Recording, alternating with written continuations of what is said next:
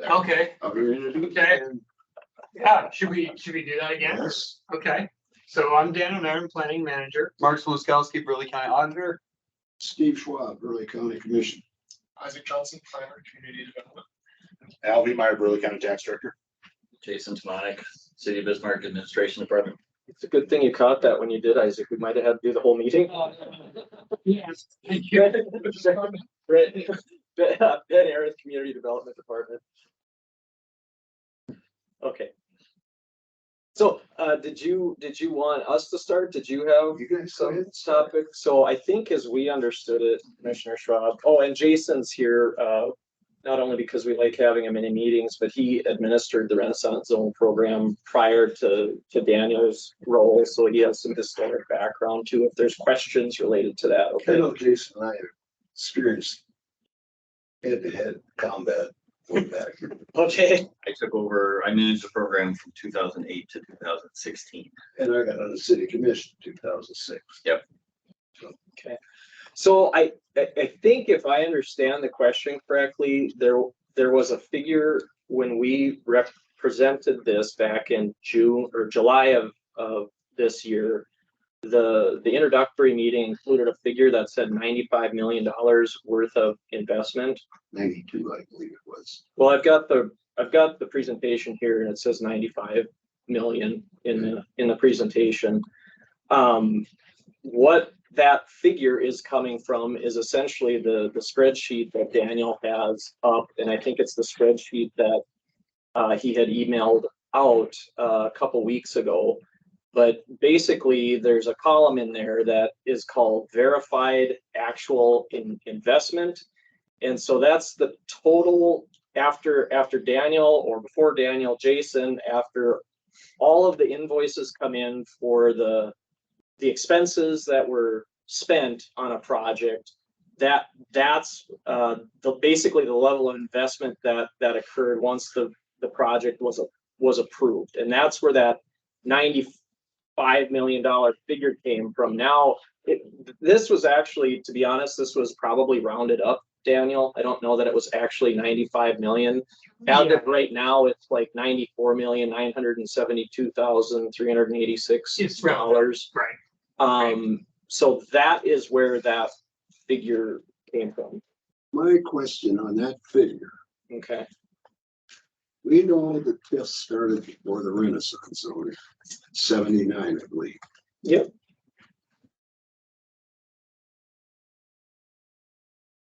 These figures reflect that too, don't they? So Because, well, wait a minute. Okay. You had total investment was presented to the Burleigh County private investment. And the figure was 100 million, I believe, at this last meeting. it will actually be over 100 million once. Okay. Yeah. Okay. How are we lumping and going back and using TIF money to balloon this? Because Okay. if the TIF money is in this, to me, it's errant information, period. In other words, if the TIF gives a grant, this is another area that I'm very concerned about. Sure. If you give a grant to a developer out of the TIF and count it as private investment, it isn't private investment, it's taxpayer investment. Okay. But you're lumping all of this stuff together. And what I need and what I want Mhm. is a breakdown. Because giving somebody a grant and they invest, they're not investing their money, they're investing tax money. And if you're including that plus investments in ramps, the cost of putting parking ramps up, that was also taxpayer money. These figures are not right. So what I can tell you is that the ramps were not included in this figure.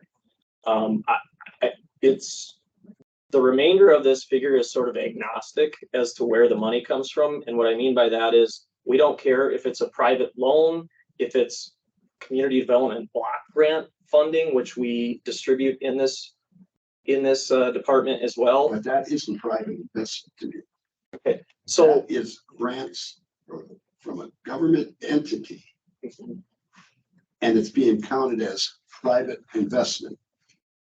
yeah, go ahead. That needs to be broken out. Commissioner Schwab, Sure. so this is why I'm here, because the program that you're referring to, I believe, was the core incentive program, which was TIF funded. Yep. That went away when the TIF district was closed. I can tell you unequivocally, those numbers were never commingled, ever. The grants that were handed, absolutely, Daniel can open them up right here. You were given those sheets. Let me finish, please. We had a problem, and I had a problem with this thing. When all of a sudden you have a TIF and then you put a Renaissance zone on top of it. Before we get into that, I want to bring that up. Okay, developer comes in and has an office in downtown Bismarck, and he's developing downtown Bismarck. And whether he's getting grants or whatever, you know, he's doing buildings. So by being in one of the buildings or anybody moving in to get a 5-year state income tax break too. With conditions or with stipulations are met, not every property or every business that moves downtown automatically gets an exemption. There are a number of qualifiers that need to happen. Either first, they have to meet the private investment, and that is a dollar amount set by the community, and it varies depending on the community. The other thing they can do is they can come in and lease space in a building that has already been renovated and designated as a Renaissance zone project.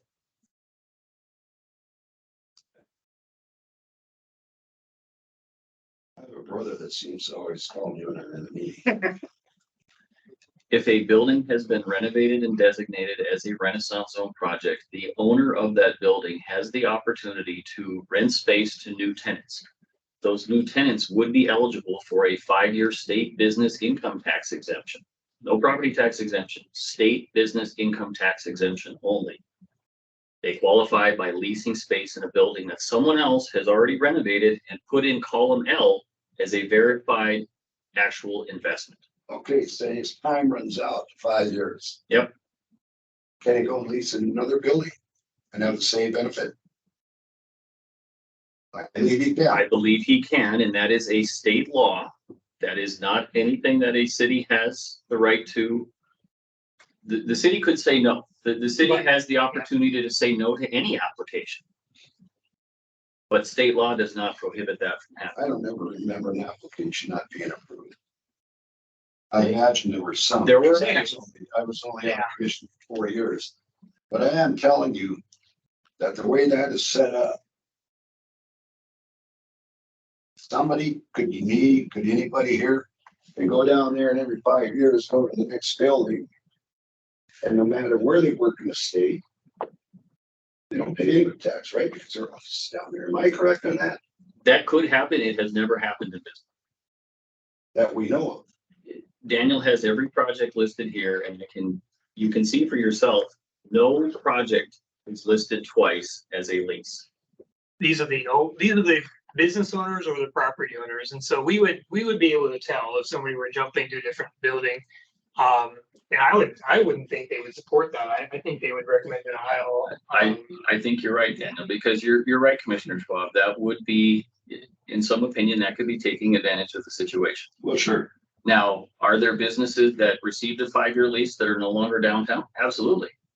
But they may not be anywhere. They may have closed. They may have gone out of business. So the question, Jason, is, okay, say this building is just about the end of its 5-year Renaissance period. What if somebody goes in there and rents it just the last minute? Does he get 5 years? No. So, oh, you mean if they tenant apply for the 5 years? The tenant could apply for, but then that sticks with their own 5 years. So they're always entitled to their own 5-year window. The building goes back on the tax rolls after the 5 years. Okay, so we'll say that's 60 months.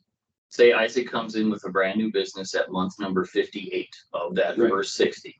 Isaac as a new business owner, if he's leasing space in that building, his business is entitled to that 5 year state business income tax exemption. However, when that first 60 months expires, the owner then starts paying taxes. Just because Isaac is exempt, that does not exempt the owner. It's only Isaac's business as the state income tax exemption. But after 60 months, the owner's building goes back on the tax rolls at a much higher value than it left because of all the improvements that were made to qualify for the program. So in other words, your friend here goes and does that. Or Bill Gates decides to come in and do $1 billion worth of business in North Dakota and he rents a spot down there. He doesn't pay taxes, right? It's capped at $10,000 annually. That is the state law, that it's up to a $10,000 state exemption. So there is a cap from the beginning. Most will never hit it because in order to pay $10,000 in state tax, that's a pretty good chunk of business. Do you audit that? We cannot because they are not our numbers. They are with the state tax department. You'd have to talk to them about that. But they audit it. I'm sure they do. They have a responsibility to, but that's not our role. Our role is to facilitate the program the way the state has regulated it, and that's what we do. Do we audit the numbers that come back when they say back to column L where it's the verified actual income amount? You're damn right we do. I had stacks of receipts from contractors that had done the work. I visited those sites myself and saw the work getting done. Is that the same as an audit? I don't know. But it's what we did to make sure that they weren't fudging the numbers.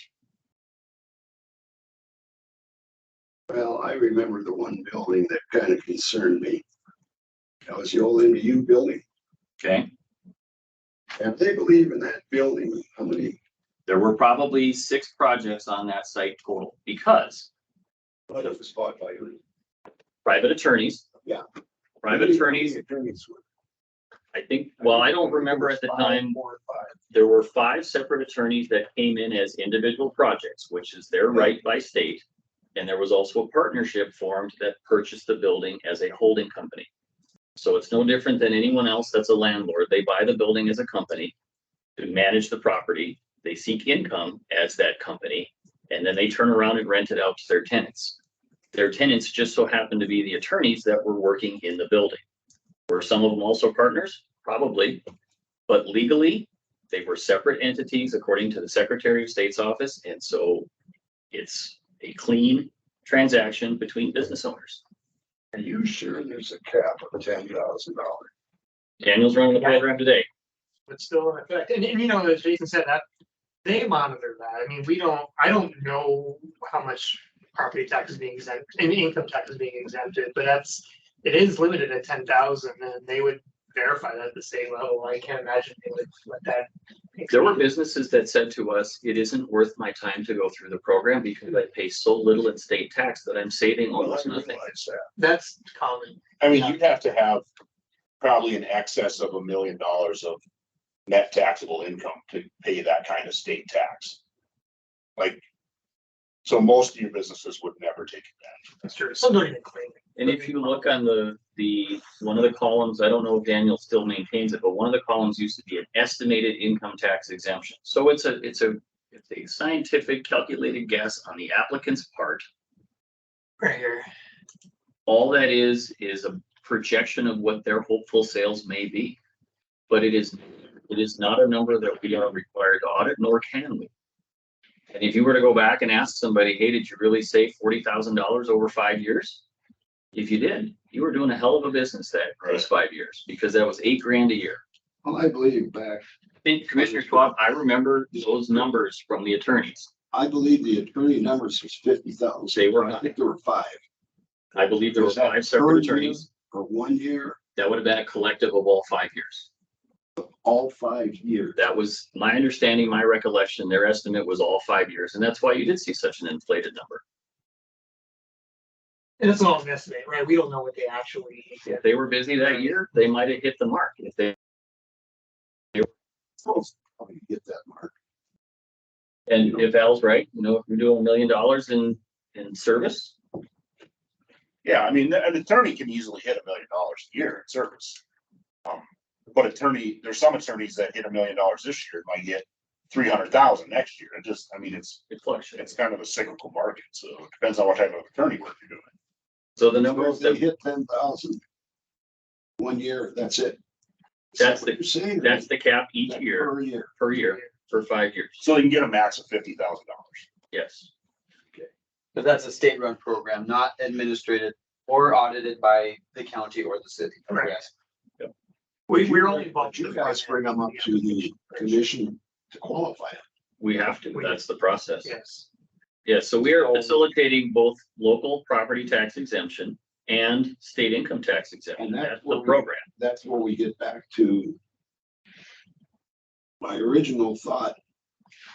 And you say this isn't happening. What are you gonna do if it happens where a person's gonna go from one building to the next, keep getting this? I guess that would be up to the Renaissance Zone Authority to discern whether or not they're comfortable with that. And given some of the members' longevity, I suspect that they would say, hell no. There are people on the Renaissance Zone Authority that were there from its inception. They know how hard they have worked to get the program to this level, and they realize they are under a microscope. I don't think they're going to do anything as the capital city that would jeopardize a state-run program for 59 other communities that have Renaissance zones. And if they do, the city commission still has the opportunity to pass on it as well, because the Renaissance Zone Authority only functions in an advisory capacity. It is their job to review the applications, vet the numbers. It is Daniel's job to work directly with those applicants. It is the city commission and ultimately the state that approve the projects. So when you do a Renaissance zone, and I believe you can do 2 of them, Bismarck. You can have an island, which our authority historically has not even entertained nor supported. They were asked to consider it, and they said, no, thank you. My question is, when somebody builds a house, as soon as the final inspection is done, they start paying taxes. That's not true. Is that true? When do they start paying? You start paying taxes the year after. So say the house is finished in like November, Okay, they wouldn't be taxed on the full assessment until that February, and then they wouldn't pay the taxes till the next year. so it's a short term. Yeah, it can be. If they finish their house on February 2nd, they can get a whole year until it's completely finished. I mean, we do partial completions up until that date. Okay, on the Renaissance zone, say they start a project. When do they quit paying property taxes? At the beginning of the project? So no, so that's an interesting point that not everyone's aware of. So basically, at February 1st, we'll value that Same, property. the same assessment. Right, so if the project has not been completed yet, in fact, this is common, where they actually will pay taxes prior to the initiation of the 5-year window on a partially completed building. And so because they don't get the exemption until the building's done and we verified everything and they met all their conditions. But we're still assessing it during the course of the construction process. So, and I try to make them all aware of that so they're not surprised by a tax bill, but some of them are. Here's an example, the Broadway Center, the old Wilhelm car dealership. You remember the lot before. It was nothing but a tiny little sales office and the rest of it was parking for cars. Steve Pine bought the entire block of property and tore down the dealership. It took him 2.5 years to construct that building. By that February 1st assessment date, he had red iron sticking up out of the ground. He paid taxes on well over $1 million worth of improvements because he had already made improvements to the property by the time February 1st came around. It took him another year's worth of construction before we finally said, okay, your project is done. Now your taxes are exempt. And then it's 5 years after that. So if a project takes you more than a year to construct, there's a very high probability you will be paying taxes on the improvements to that point. And just to add on to that, that's not just for Renaissance Zone. We have churches that you start a church, you start building a church, the church gets erected halfway and it's not functioning as a church yet. It's taxable as of February 1st until it actually functions as a church building. So What about residential? residential too. If we go to whatever's complete as of February first. Foundations are in the ground, walls are up, there's a value to that. There's a value, right? So we use a calculator to determine how much each component adds to the total value. And then we give that base percentage for their value. So, I mean, all things are being treated that way in exemptions and regular property. We're always going to that, whatever's there on February first. And so, you know, they, if it's, Soundstone is allowed to get 1 or 2 year extensions, aren't they? 5 years. He might be thinking of, so when we approve a project, we give them a certain amount of time to build the thing. And so we give them 18 months typically. But if they're not done by 18 months, then the Renaissance Authority sometimes gives them extensions. But that's not adding any time to the exemption period. That's adding time to their construction. that they're paying tax. Yeah, and they're still paying taxes during that construction time. So, you know, and we've discovered it's taking them longer than 18 months, and we probably need to up that to 2 years or more. But that's what those extensions are. And that situation happens in residential too. These guys give a permit out. And Right. it has so many days you have to complete it in, or you have to come back here and re-ask for new permitting or extension of that permit. And that's all things. Yeah, it's basically asking for more time. It's not asking for anything other than more time to complete the project, because when they present the project, they have an estimated date of completion. Yeah. And it's to hold them accountable, but they're still not receiving any benefit until the project is complete. So you're talking now new projects. As opposed Not the to, old projects, you know, where the building is standing there and they're gonna go in and they're gonna remodel. They still pay, they weren't paying, I don't believe, taxes on the old building once they got into the program. They would be, yeah. So everything we're referring to is for both rehabilitation and new construction. So, you know, I think the quality title maybe could be a good example. Like if whatever the value would be at February 1st while they're working on the rehabilitation, they're still paying that property tax until it's done. And then the next year is when they get their exemption period starting. So then the whole building is got a 5-year exemption currently. Currently does now. and the owner continues to pay taxes My on the question value of the lot. is, the land.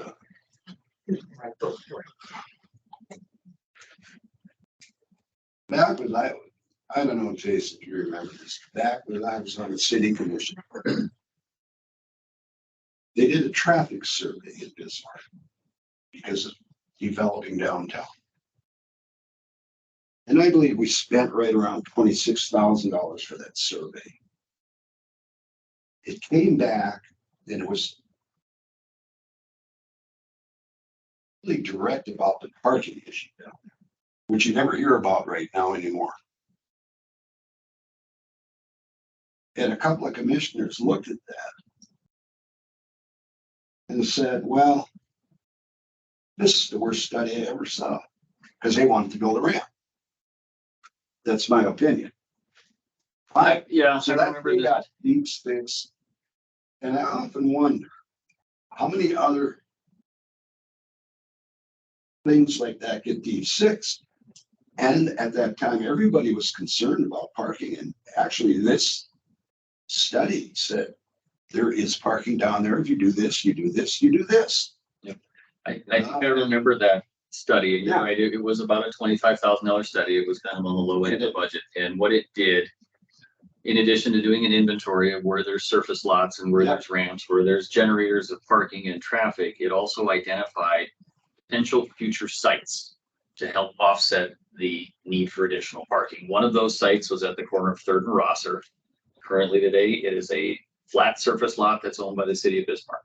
You think about the businesses that are around there, you've got MDU, Gate City, the Federal Building, Rivera. You've got a very captive audience of full office complexes that could potentially use some relief for parking.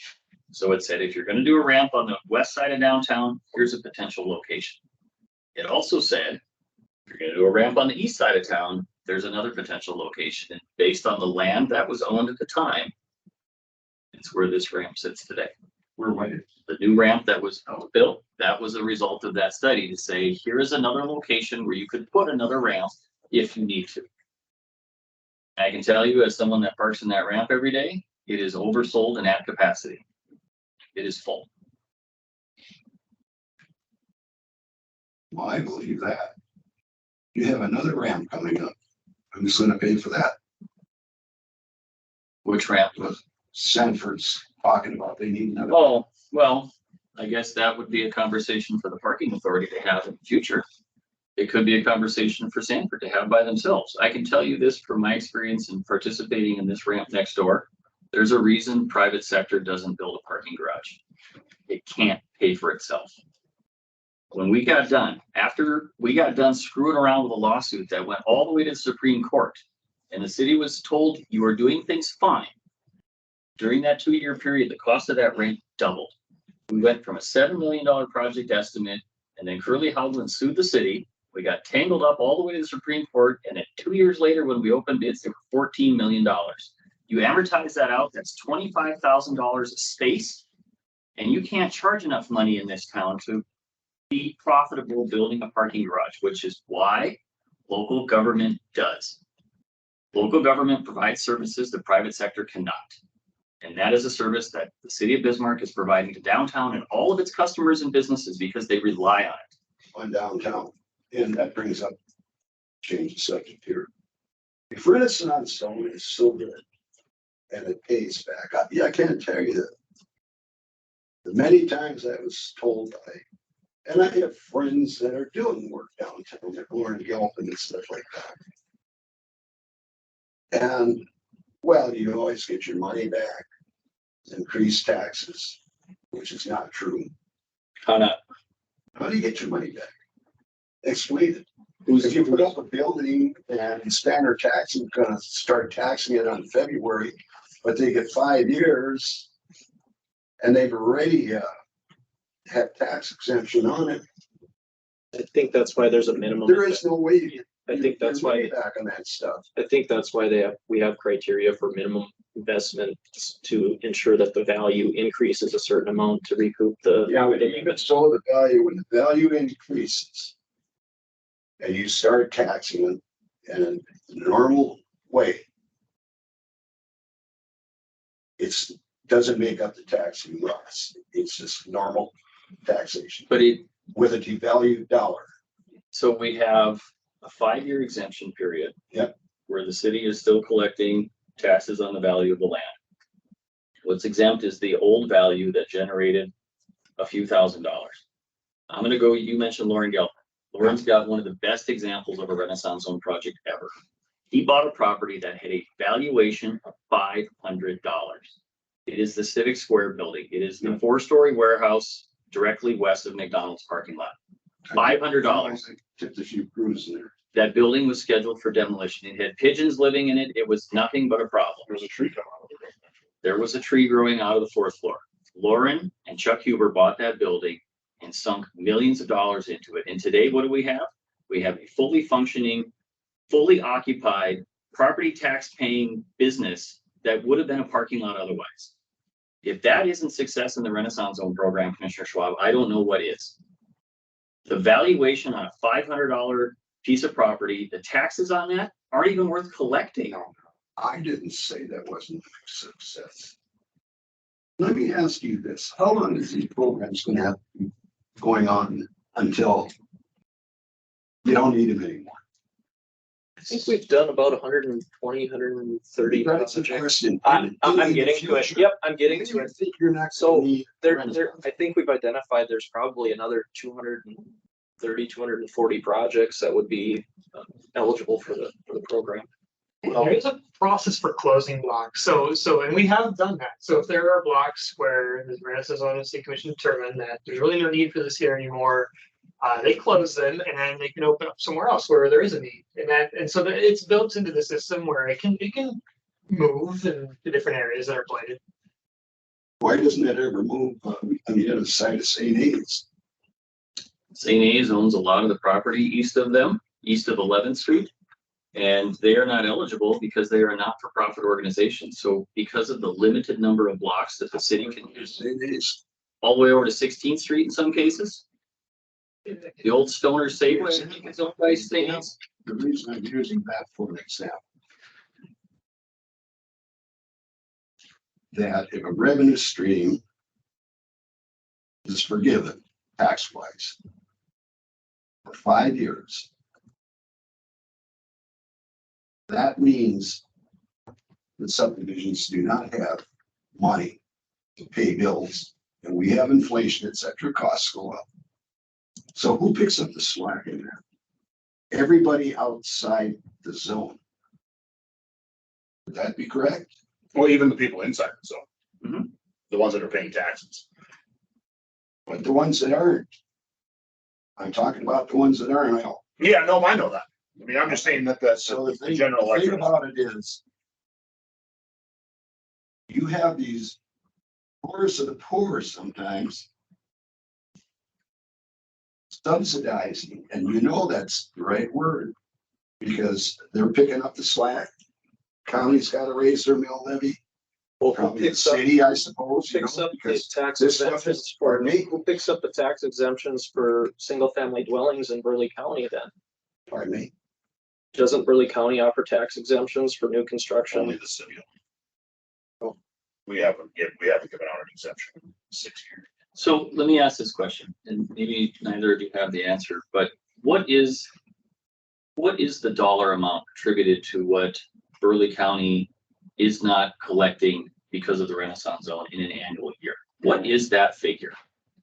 Because it's 20% of the total property tax collections. Now, when you guys come up, you say, well, you lump it all in one sum, it isn't broken out. No, I want to know what Burleigh County's portion is that is not being collected. And then I want to take that number and I want to divide it across the tens of thousands of parcels that we have in Burleigh County, and I suspect it might be pennies. Oh, yeah, it's lower than $1. No, I guarantee that. So, Commissioner, those of us that live in Burleigh County that are picking up the extra tax that's exempt from downtown, our tax director just told me it's less than $1. And as a Burleigh County resident that lives in the city of Bismarck, I am comfortable giving an extra $1 to support the Renaissance. This city's got a lobby up at the Capitol. I mean, I'll have to do the math. It's pretty high. Your estimate is great. I appreciate that. $1 is $1.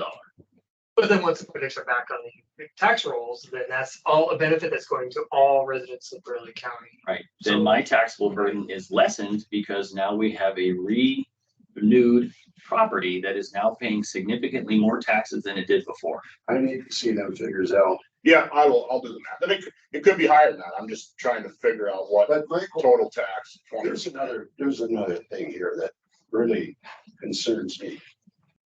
I know the city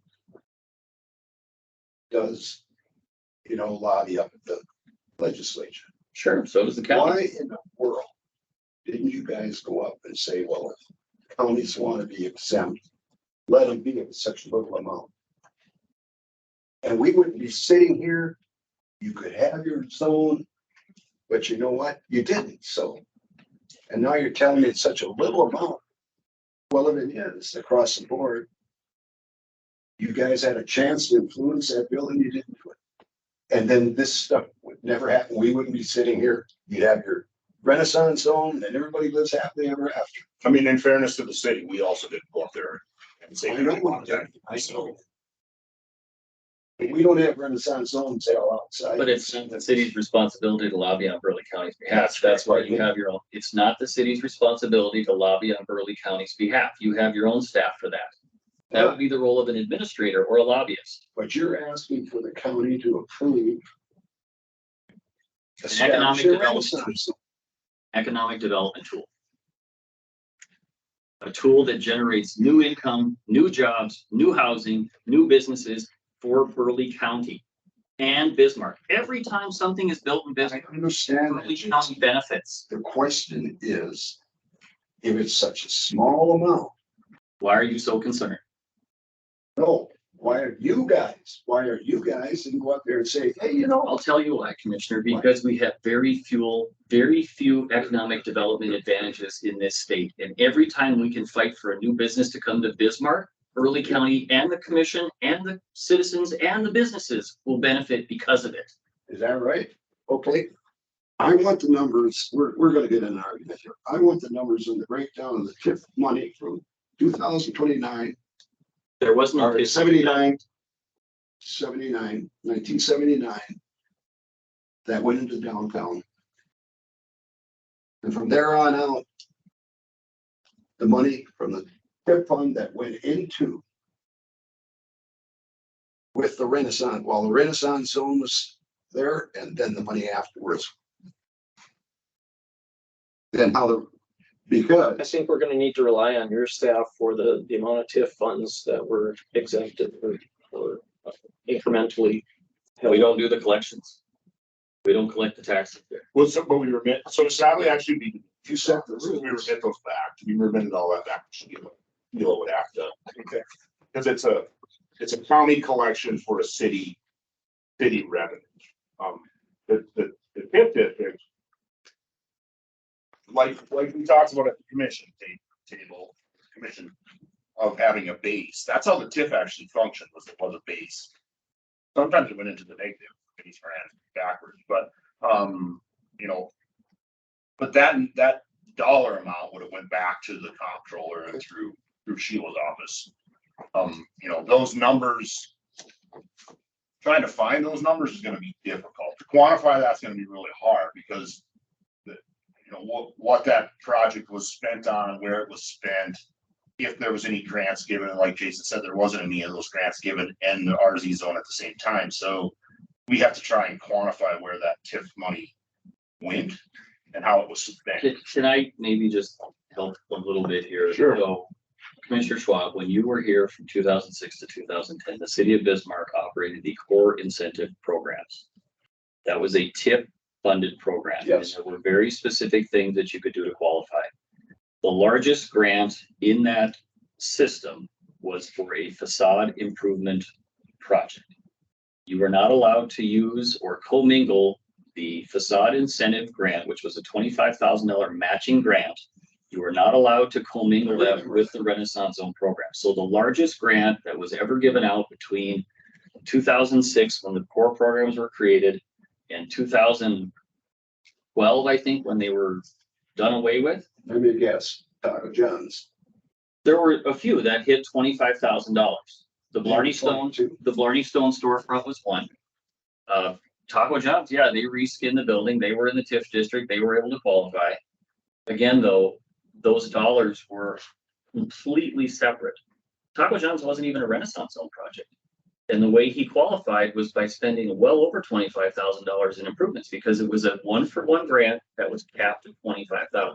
So he had to spend 50 to get to 25. Well, correct. And I understand that. So taking this a little bit further beyond, when Menards added on up north, they got an exemption too, and they weren't in the TIF zone, didn't they? I don't. Or in the Renaissance. idea. Not that I'm Not aware of that. that the Menards exemption that I talk about at the county, that's for the Menards plant out in McKenzie. That's not Nothing up north? that I'm aware of. That was done before I moved here, so. The TIF projects that I think you're more interested in, Commissioner Schwab, all predate the core incentive programs. Those were the TIF projects that were done in the 80s. But I think you're counting them in this. No, we're not. I can guarantee you we are not.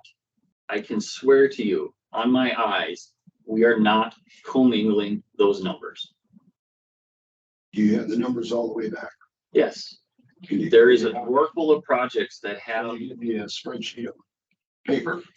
The Renaissance projects are right here. and when you were a commissioner, the core project spreadsheet was attached to every single commission agenda packet.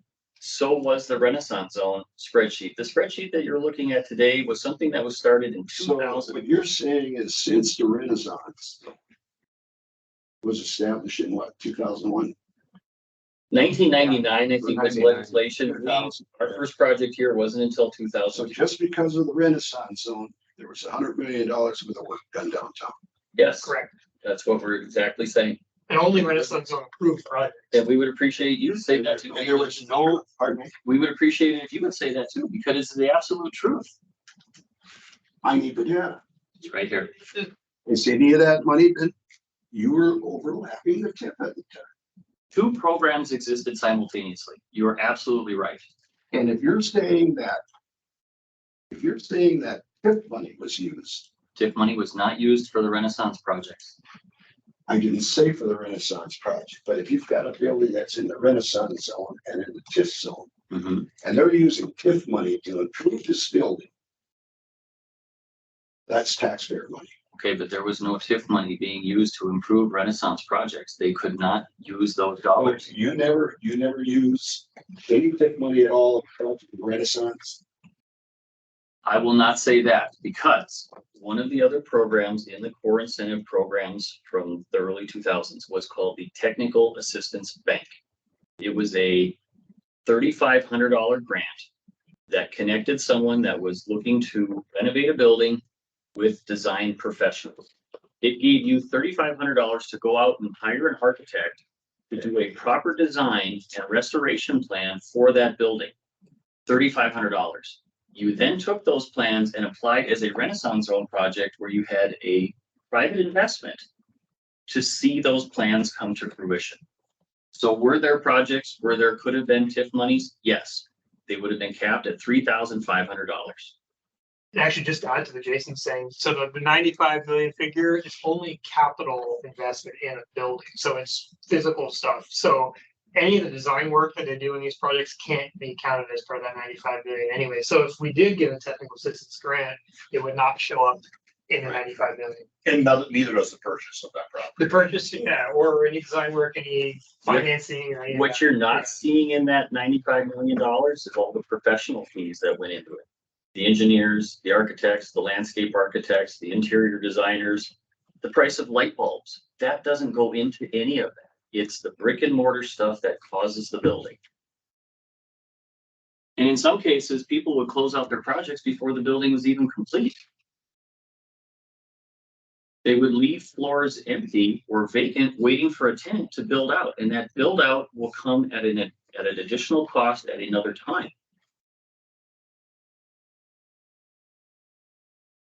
Like a printout.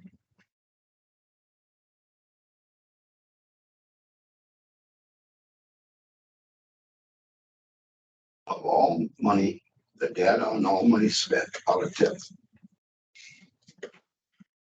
And a Renaissance zone was established. As you guys are overlapping them, I tell you what, I gotta see the data. So I think, The second thing is, if the county goes ahead and says, yes, Lord, go ahead and try her in a zone, what's the time limit on it right now? If the county supports an extension to the Renaissance Zone program, is that what you're asking? Well, you come to us, you wanted us to. Yep. So initially we had asked for five-year extension.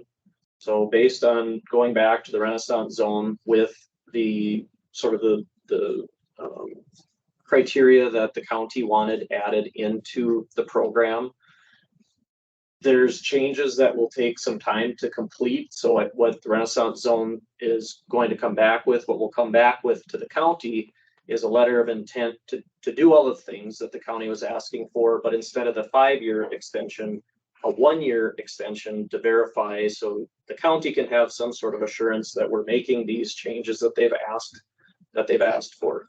and then you'll come and renew. Yes. So say the county says, all right, let's try it. Mhm. I haven't decided what I'm gonna do. It depends on the data I get. Sure. However, say after the first year, well, it didn't, not too bad a program, let's go 5. Once you get 5 years, then you can go in there, and we have no control over whether you're gonna start step 2. Well, I think we'd have to ask for your support again after that. Not 2. Oh, I'm sorry for the TIF. So we would be right back where we started. That's what bothers me. And Commissioner, I think the TIF model that you're most familiar with was very unique. I'll admit that. The Bismarck. Terrible model, Jason. It Yep. went too long.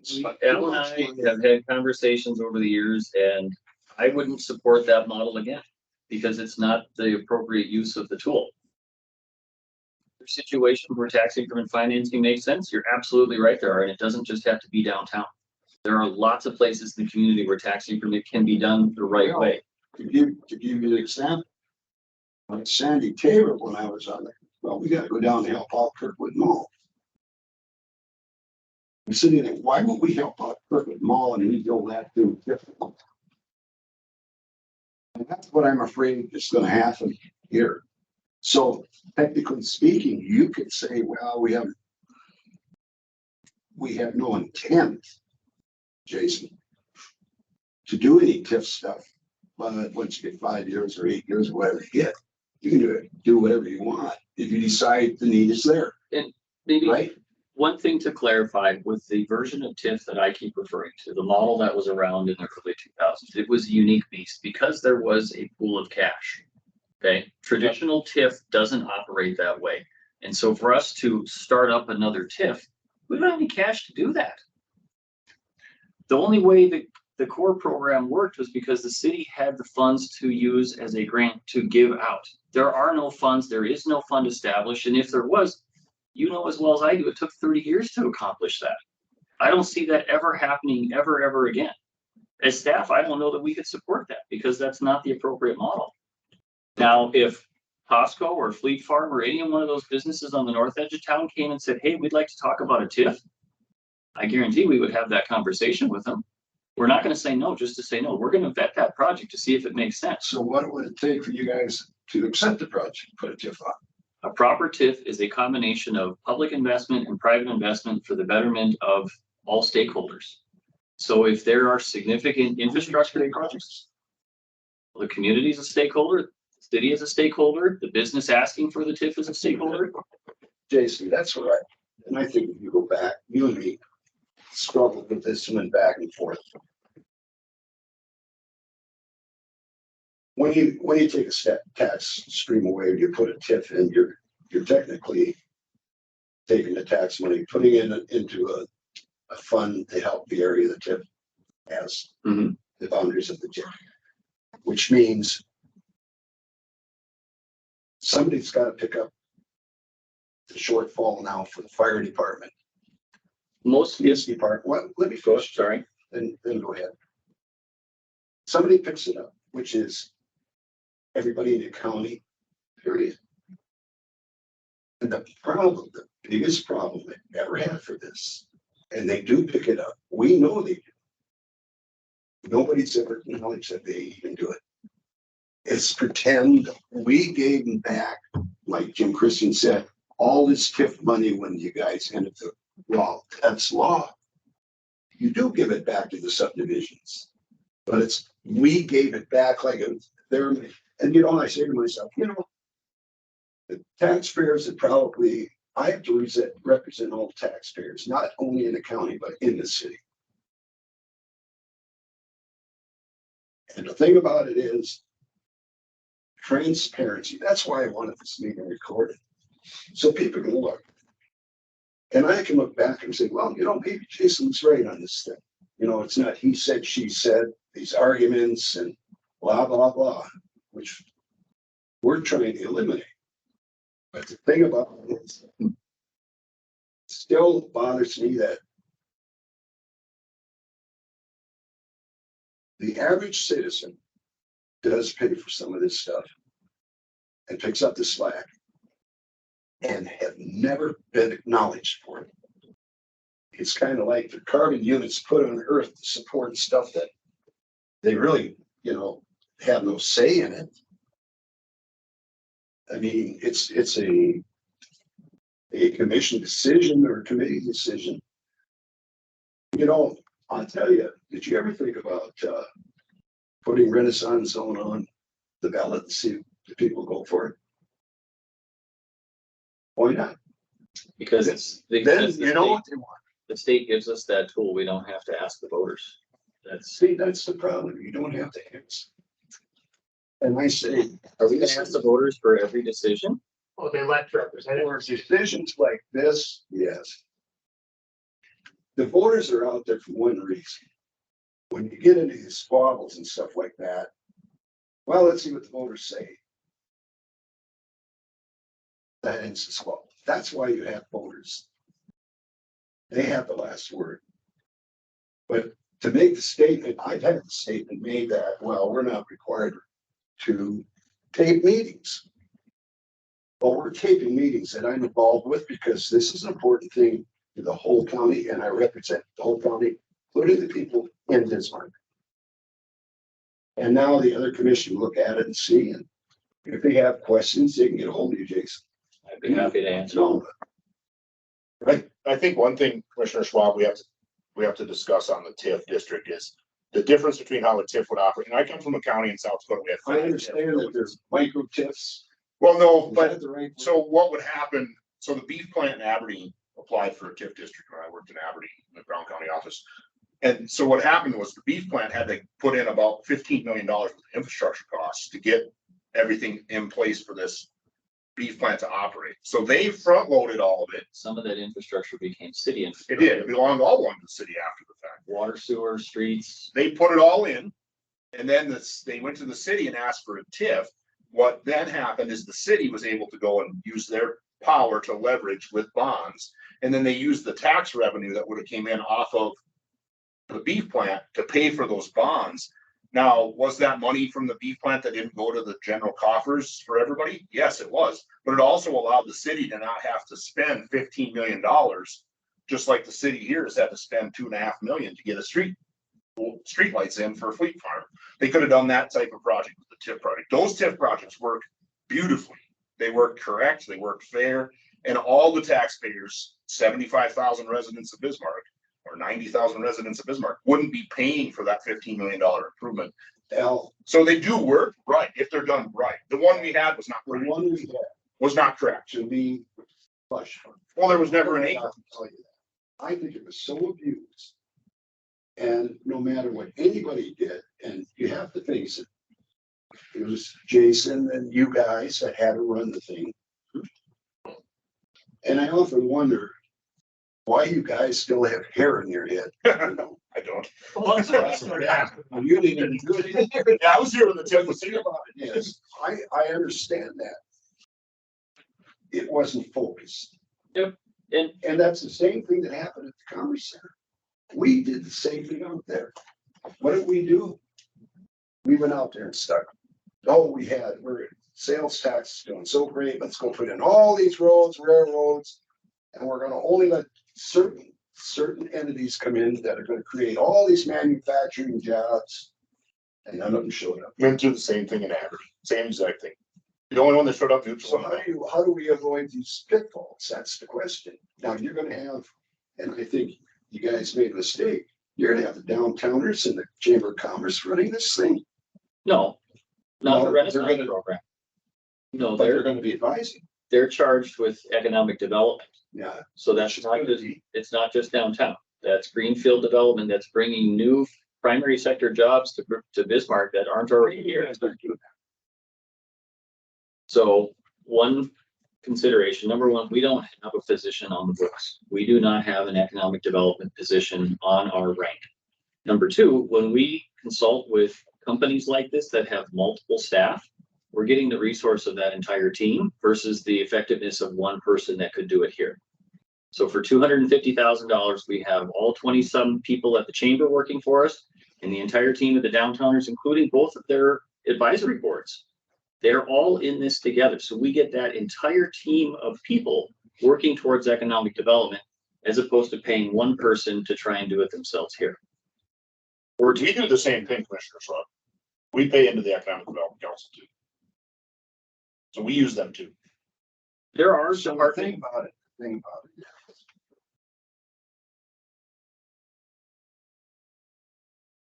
Same business leaders, same people involved in the programs, probably partake in them, making decisions on it. The one thing to, You know, what is the board? How big is that board that the commissioners were talking about that should put a county commissioner on this? the Renaissance. There's How big is that board? 2 advisors, but 7 voting members. Okay, how many city people are on that? Well, we have one city commissioner. And it's made up one city commissioner and appointees. Six city residents, 7 total members, all of them live in the city of Bismarck. Okay. And that is common for all of our advisory boards, except planning commission. How do you vet these people?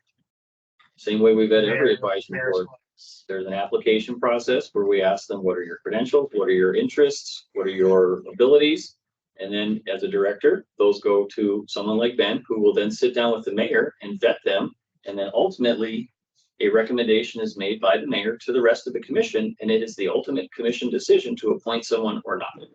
So technically speaking, this group of people we have, it's mostly people from the city. They have to be, because it is a City of Bismarck advisory board. And all of those Bismarck residents are also Burleigh residents serving in the advisory capacity. It's not living in the city. So I think to accomplish the goal that you're talking about, we will have to amend our ordinance to Well, allow. the point of getting at it is they talk, well, you guys are doing this, you're doing that. And there's no county commissioner. If you've got 6 people on the city and a county commissioner gets on there representing the counties that on. This Renaissance deal is, I'm not saying I'm using it for an example. It's just a terrible idea. He's not going to have any clout as far as you're going to vote. I can assure you, not every project has received unanimous approval. Pardon me. I can assure you, not every project has received unanimous approval. Even with city members, there is some dissension from time to time. Well, there's still a lot of unanswered questions. I think that, the data I would like. I think there's 2 key Yeah, spreadsheets. One of them hasn't been touched in years since the core programs were dissolved. So those What are, was the original intent of state program? And did that ever change? from 1979. Sioux line. The original was to clean up the Sioux line property. That was the intent, as far as I understand it. I mean, it was, down to us. Sea line, it started in the sea line out of high school. So did my wife's grandfather. The thing about it is, you really don't have any. You presented at the city commission, you really didn't have, it's kind of was well, we're going for this Renaissance zone, but there was no, what's the plan?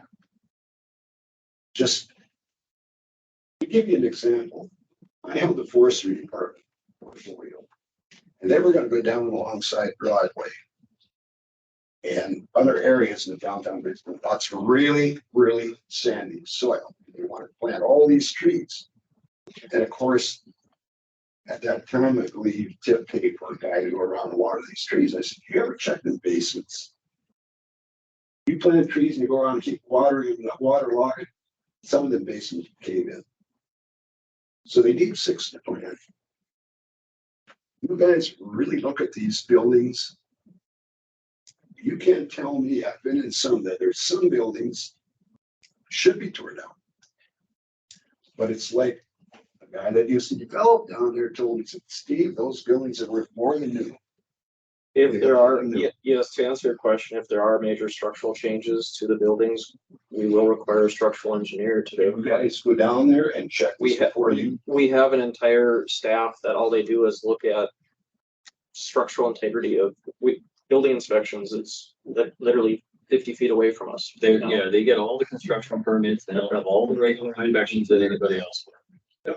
Yeah, and Ben's right, we have done that. We've required a structural engineer to verify if they have any concerns about the roof or. I believe the Cowan building, you had to have structural because of the basement, right? And one of the conditions of the program, at least when I was there, I can't speak to it now for the past 7 years, but one of the conditions was when that original building assessment came through and they said, here's the problems, here's what we're going to fix.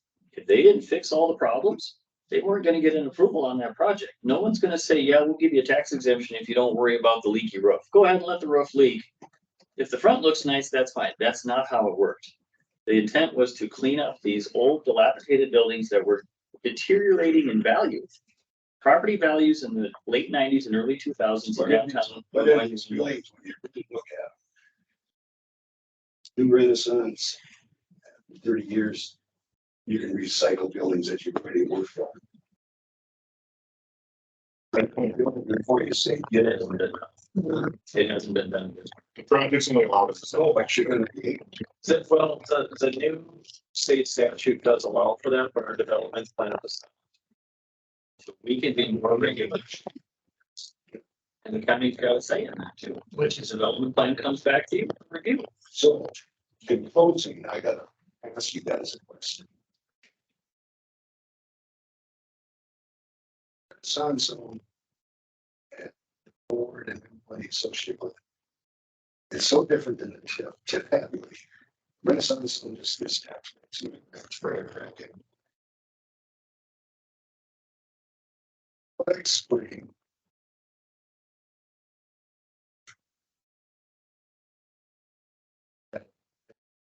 A 9 mil tax increase. But we're do this. And the reason for that is that you need to say that I have a highway, I'm making a bridge out there, I can't get it. And it streams. How do I explain that? I mean, you know, it's really disconcerting. You know, I stood around and I said, well, how do you just Is the county highway department funded through property tax? pardon me? Is the county highway department funded exclusively through property tax? Partial. And the other partial is. Yes. But I'm just trying to understand. So what I would say in that situation, Commissioner, is that the Renaissance Home Program is an investment. It is an investment in properties that could use some new life. And once they get that new life, they will be good for another 50 to 100 years in generating higher taxable value than they ever did before. It is an investment. I agree, but no one's in my side of that story. I'm bridge. That farmers are going over it. Truckers are going over it. It's an old wooden bridge. One of these days, if I don't get that damn bridge fixed, somebody's going down about 15 feet and it's going to be fatalities. Hey, I'll tell you what, in my opinion, for me to neglect that and say, well, go ahead and take revenue stream. I don't know that the exemptions of a handful of buildings are going to generate enough pre-tax for the highway department to fix that. I don't know that it's going to solve that bridge. There's a different issue that we haven't raised fuel tax in this state in decades. Doesn't seem like it's give a damn about anything out of the downtown. That's their name. They're not the bridge towners. They are the downtowners. If the heart of your community dies, you have a giant hole. Wait a minute. I resent that remark. I'm gonna tell you something, Jason. The downtowners take care of the downtowners and that's it. What have we done other than take care of the downtown? We're trying to help everybody. County. It seems like there's an awful lot of stakeholders here, but the ones that are downtown, run the program, this and that, and you sit there, well, they're not bridge builders. Well, that ain't the point. They suck up money, tax money. No, the downtowners aren't getting any funds from the city of Bismarck until now. And they're asking for funds from the city of Bismarck, well, yeah, but what I'm telling you is, we have our priorities too. So what's more important to me, basically, get this bridge fixed so nobody gets killed, or take care of downtown? And that's a question I got to answer. And I think Commissioner Schwab, that's why I made the recommendation to go to a base type system. But so that way we can show that an economic tool that's given is only given on the part. It's the growth side, and we're not losing. Because I have serious criminal First Community Credit Union building too, that we took it from 1.0. That gives me serious trouble as well. And that's why I came to the proposal of the base. Because if you look at the base versus the greater benefit, 90% of these projects have no base. So it is a good incentive to get something on the tax rolls that doesn't exist. A vacant lot with a building, that building behind the Sheridan Radisson today. That was nothing because it was owned by the city. Lauren Gelpin's building for $500. That generates that generates $5 a year in taxes. County gets 20% of that. We have to pay to send a bill. That generates how much? Right? Like, when it was $500, it generates $5 a year in taxes, Did we get our share? of which we get 20%, of which we have to send them mail and collect the taxes. So I understand all that. that's where I'm coming from. The point is, I have, and the county has immediate needs right now. We didn't have, We have hit a bump in the road financially. I'm saying, Well, I think to Al's point, you guys need to figure out that percentage property. yeah, and I think You just can't come up there and do Christian rights. You got mad at me, I know that, you got frustrated. He knew exactly what I was asking for. I think to Al's point, one of the major changes is keeping that base value in there to be taxed, right? And so what are the constituents losing out on if we keep that base? Plus they're gaining with the increased tax. So that's in that base. And it increases higher. Yeah, I mean, it will increase higher with the increased value of the rest of the project that will take place. Exactly. If you have a base and you have a value on it, that base is a base and it it's down there, you're a priest down there. Since about, right now that base is worth, $20,000 more, even though the dumping finished. I want to capture that. well, and we would. So what would happen? It's gotta be in writing. Yeah. Well, so what would happen is, I mean, I don't have that authority. So That's your own priest, don't you? Yes, I work with Allison. But what would happen is if she did a 7% across the board increase for commercial property, the base would increase 7%. And it does. That's how the tip works too. But we'll have to hammer out that verbiage when we get to that point. But I mean, I think that's the whole point of trying to capture that base. So we don't feel like we're losing that value on those buildings. The thing about it is you have to remember. We'll lose value because of the devaluation of the dollar value. What was good in '79 is you buy a lot of stuff at $79. Every year with the inflation and the dollar weakening, I mean, that's just the economy. but it affects everything. It does. So the thing about it is, you can start a project now and pay for it with dollars 10 years down the road, and you're getting a hell of a deal. No, I don't disagree with you. So the thing about it is there's so many components to this thing. I don't know, Jason, you feel like old times? one figure I heard throughout some of this conversation was this year alone, Burleigh County collected an additional $52,000 because of the Renaissance Zone. Burleigh County this year collected an additional $52,000 because of projects in the Renaissance Zone. Yeah, that's our number that we generate. I can explain how that. So Commissioner, back to your question about the But what about private years we didn't collect anything? That includes that's a net. So that includes all the ones collecting. That's just a running. Oh, I would say one project.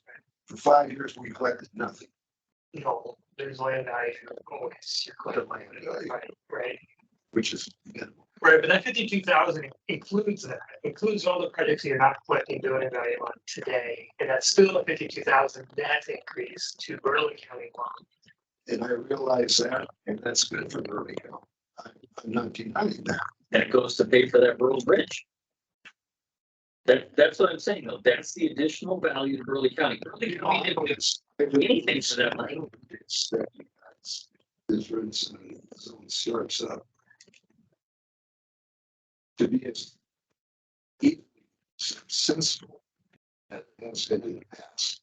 It takes us 2 years just to purchase. Oh, everything is different. There's no question. And that, In the meantime, priceless. and to your point, Commissioner, one of the reasons the program is a tool for people downtown. Have you ever tried to build new downtown? The apartments north of the post office. Yeah. Do you know what they had for laydown area as soon as foundations were in the ground? Nothing. They didn't have a single place to lay a beam or a piece of equipment. So the contractors rented warehouse space on 26th and Broadway and stored their materials there every day, schlepped things back and forth. You know where they're gonna put materials when they build Fleet Farm? In the lot, because they've got containers on the west side of Highway 83, north of 57th Avenue. Directly north of the car dealership up there. So when they're building Fleet Farm, they've got acres of land to lay their materials, they get them all delivered, they drive their equipment around, and it's easy construction, easier than being downtown where you have additional expenses because you are doing bizarre things to get stuff built. I agree with you. However, big jobs on my wages. Sometimes it's bad, forgot something, sometimes it's verified that they're accepted to them to take it. Sometimes it's good news. But they want to do their research and more things, stuff like that. The cost of doing this stuff, that isn't my problem. It's someone's problem. But I think it They makes, didn't do their homework. but it does become the problem because it's a disincentive for anybody to develop downtown, right? If there's an added cost to doing business downtown, what's the incentive to do business downtown? That's not, they should know what they're getting into. But I think we would all I agree. can understand if you went into the old steam mines and stuff like that. That's different. Or you've got a 25-foot wide lot and you have two buildings directly touching the property. An infill project is probably one of the most challenging things to design and construct there ever is gonna be.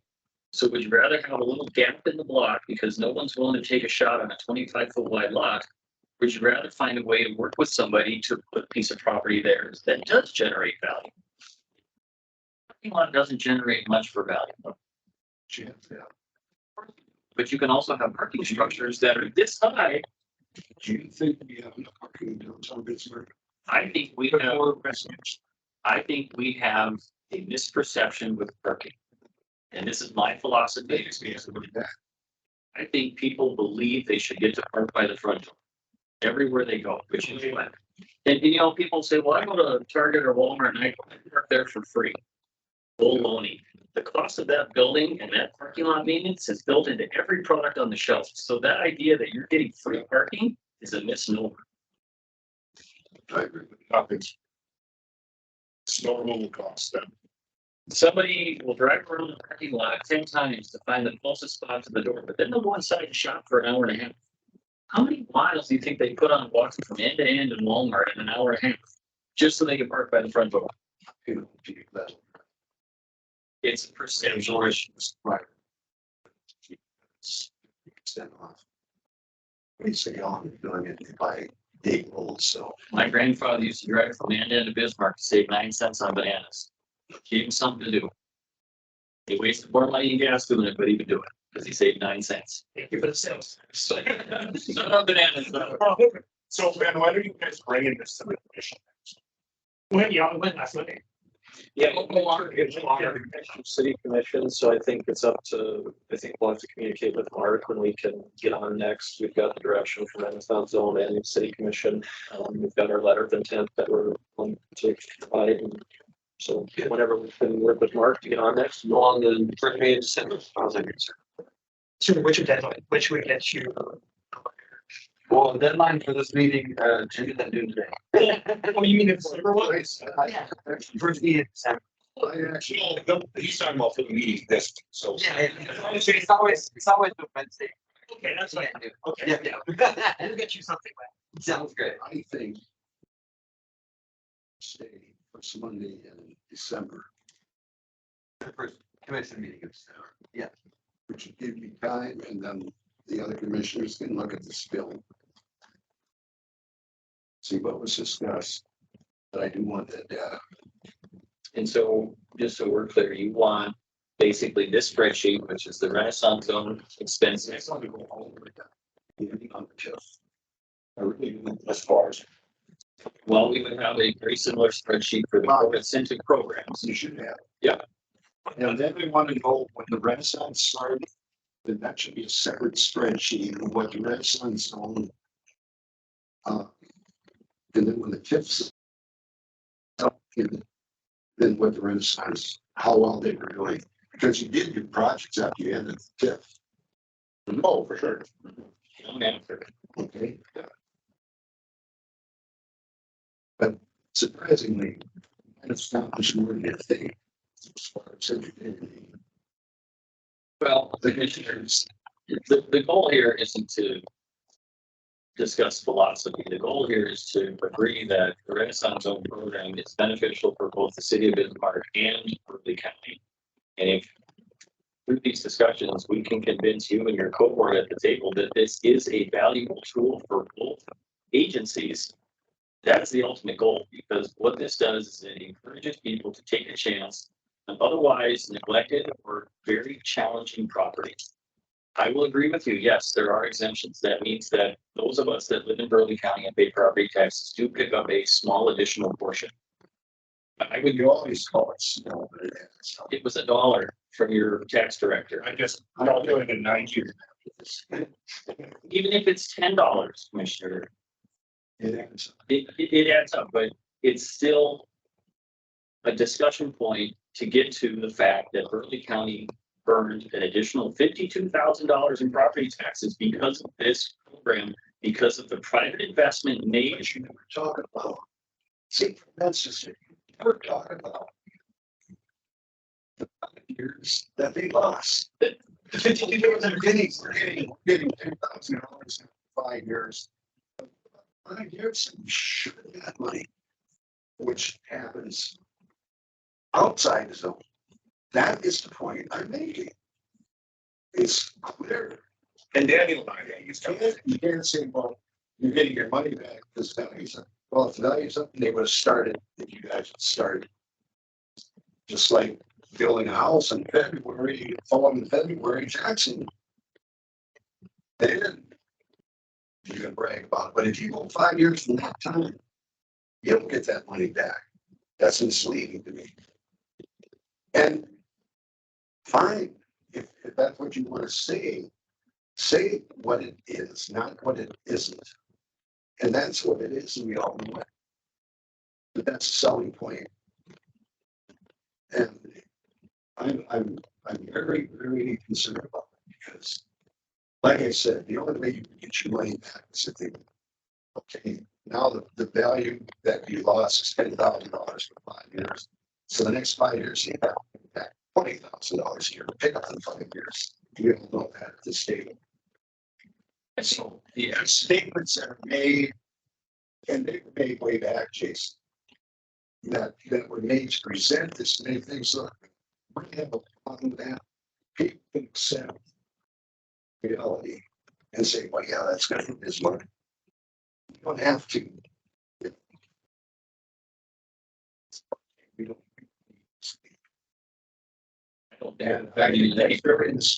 I think the numbers speak for themselves, Commissioner. But the number speaks for itself after the 5 years. But you also don't include it. It's 5 years. We do. And that's the way I look at it.